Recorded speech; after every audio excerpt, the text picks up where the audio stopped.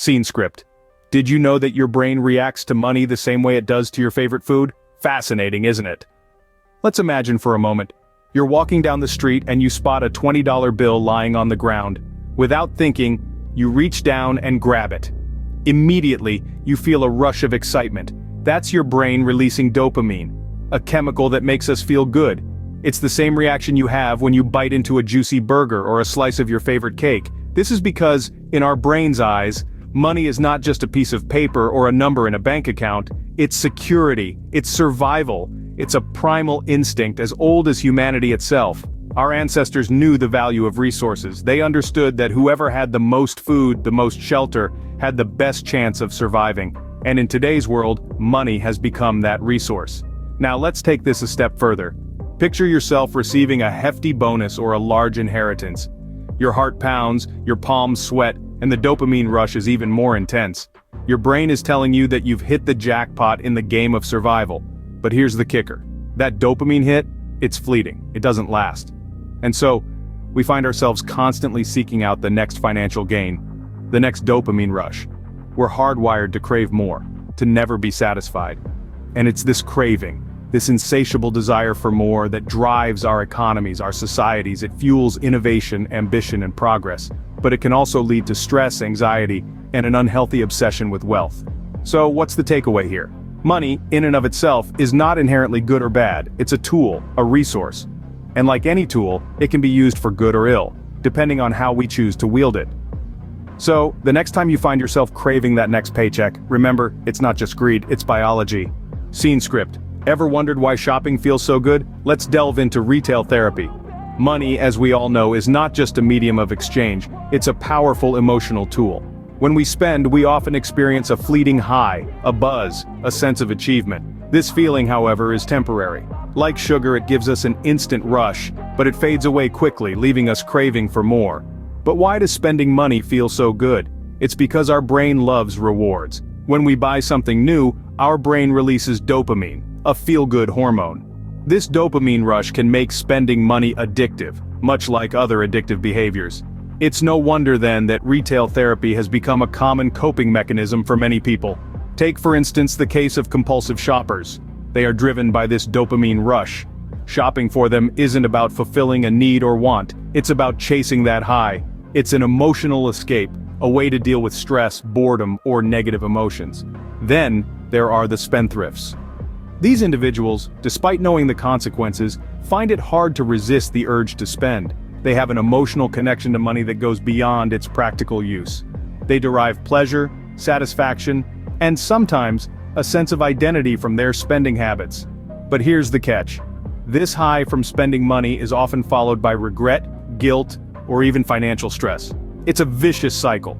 The more we spend, the more we want to spend, and the more we feel the need to spend to feel good. The key to breaking this cycle is understanding our emotional relationship with money. It's about recognizing that while money can buy momentary happiness, it can't buy long-term satisfaction. It's about learning to separate our emotions from our spending habits. Money and emotions are intricately linked. The rush of buying something new is hard to resist, isn't it? The fear of losing money is more powerful than the joy of gaining it. Surprised? This is the concept of loss aversion, a cognitive bias that plays a significant role in our financial decisions. Loss aversion is a principle in behavioral economics asserting that the emotional pain of losing is twice as powerful as the pleasure of gaining. Essentially, we are wired to avoid loss at all costs. And this fear often influences our decisions, be it in investments, purchases, or savings. Imagine you're an investor in the stock market. When the market is on the rise, you feel good. Your portfolio is growing and you're making money. But what happens when the market takes a downturn? The pain of seeing your investments shrink can be overwhelming. It's not just a financial loss, it's a psychological blow. In many cases, this fear of loss can lead to irrational decisions. Instead of holding on and weathering the storm, many investors panic and sell their stocks, often at a loss. This is loss aversion in action, and it's a scenario that plays out time and time again during economic downturns. But here's the catch. The stock market, like many aspects of life, has its ups and downs. It's a roller coaster ride. If you let the fear of loss dictate your decisions, you'll likely miss out on potential gains when the market recovers. This is not to say that fear is always a bad thing. Fear can be a protective mechanism, preventing us from taking unnecessary risks. However, when it comes to money, it's crucial to balance this instinctual fear with rational thinking. Understanding and acknowledging this fear is the first step to overcoming it. It's about recognizing that our emotions can cloud our judgment and lead to poor financial decisions. By being aware of this, we can start to make more rational, informed decisions about our money. So, the next time you're faced with a financial decision, take a step back. Consider if your fear of losing is clouding your judgment. Are you making a decision based on fear, or is it a rational choice? Remember, the fear of loss can sometimes cloud our rational thinking. It's not just about the money, it's about our perception of it. Money can't buy happiness, or can it? A cliché, yes, but one that begs us to delve a little deeper. When we speak of money, we often associate it with material possessions, with luxury, with comfort. But what about happiness? Can the dollars in our bank account truly buy us joy? Let's explore. First, let's talk about hedonic adaptation.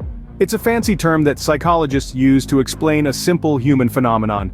We adjust, rather quickly, to changes in our life circumstances, and yes, that includes our financial situation too. Win the lottery today and sure, you'll be over the moon. But give it some time and you'll find that the thrill fades. You adapt to your new wealth, and it becomes your new normal. On the flip side, lose your job and you'll undoubtedly feel the pinch. But human resilience shines through here too. You adapt, you adjust, you find ways to make do. Your happiness levels after an initial dip begin to stabilize. That's hedonic adaptation in action. But here's where it gets interesting. While more money might not necessarily increase our happiness, a lack of it can certainly cause distress. Studies show that financial stress can lead to health issues, strained relationships, and overall reduced well-being. So, while a fatter paycheck might not make you happier, a thinner one can definitely make you unhappier.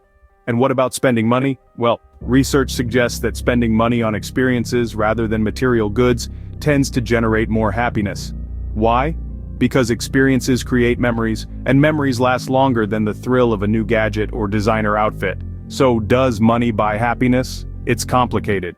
Money is a tool, a means to an end. It can provide comfort, alleviate stress, and enable experiences that bring joy, but it's not a happiness ticket. Understanding this, understanding how our minds perceive wealth, can help us make better financial decisions. It's not about how much we earn or spend, but about how we use what we have. Because at the end of the day, wealth is not just about money, it's about well-being. So does money buy happiness? It's complicated, but understanding how our minds perceive wealth can help us make better financial decisions. Your mindset about money can shape your financial future. Intriguing, right?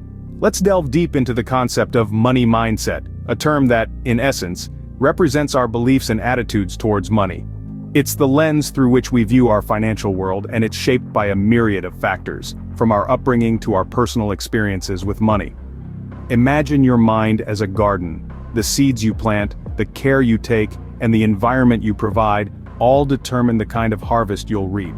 Similarly, your money mindset is the seed you sow in the garden of your financial life. Nurture it with positive beliefs and attitudes, and you'll harvest a healthy financial future. So, what does a positive money mindset look like? It's not just about having a glass half full outlook, it's about understanding that money is not an end in itself, but a tool that can help you live the life you want. It's about recognizing that financial success isn't a matter of luck or fate, but a result of smart decisions and disciplined habits. A positive money mindset encourages you to save for the future, but it also allows you to enjoy the present.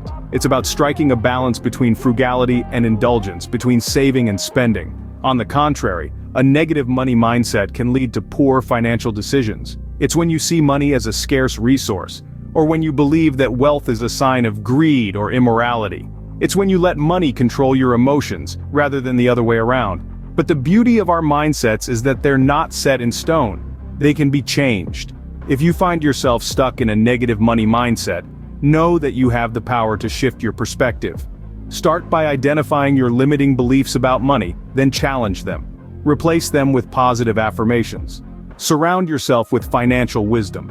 And most importantly, take action. Remember, it's your actions that ultimately shape your financial destiny. Remember, the way you think about money can have a massive impact on your financial health, so think wisely and spend wisely. Spend